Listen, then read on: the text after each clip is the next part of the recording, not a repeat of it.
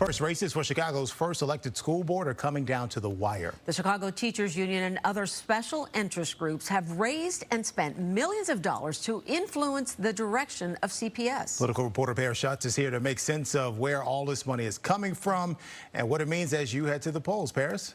Boy, Terrence and Sylvia, these are the hottest races in Chicago and some of the most expensive. Now, voters in 10 newly drawn Chicago school districts will have to choose who they want representing them on the brand new elected school board. All of them are competitive races but one. And by now you've seen the mailers and the Facebook ads. But what does it all mean?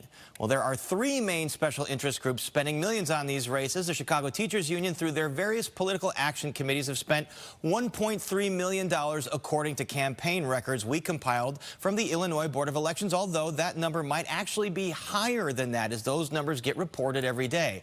Now, there are groups affiliated with INCS, the Illinois Network of Charter Schools. They've raised $3.2 million to spend on this election, according to their latest filings, and a group called Urban Center, which is a centrist group and also favors charter schools. They've raised around $600,000.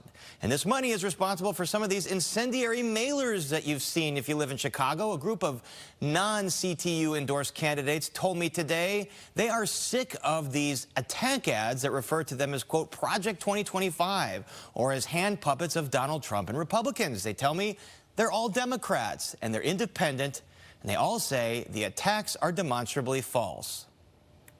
I think they're threatened because I've called for a transparent, accountable, stable district. The fact that the CTU and their supporters have the audacity to call these candidates, including myself, people who are serving slave masters, that's insulting, it's ridiculous, and I won't tolerate it. It makes us a threat because we're not just going to go along with their agenda. They have a number of candidates who are not teachers, have never been teachers. Some of them are simply not qualified. But earlier this morning, candidates endorsed by the CTU joined progressive elected officials in decrying what they call money from out-of-state billionaires that they believe want to privatize Chicago public schools. Cook County Commissioner Tara Stamps, a close CTU ally, says she believes those interests are working against public school children of color in Chicago. We are prepared to go to the mat so that all children can get a proper quality public education in this city, and that human beings, American citizens, and let me just say this as a caveat, Black history is American history. You don't get America without Black people. You don't get it. But that we are determined to do whatever is necessary, by any means necessary, to make sure that our children have the life that they deserve in this country that belongs to all of us.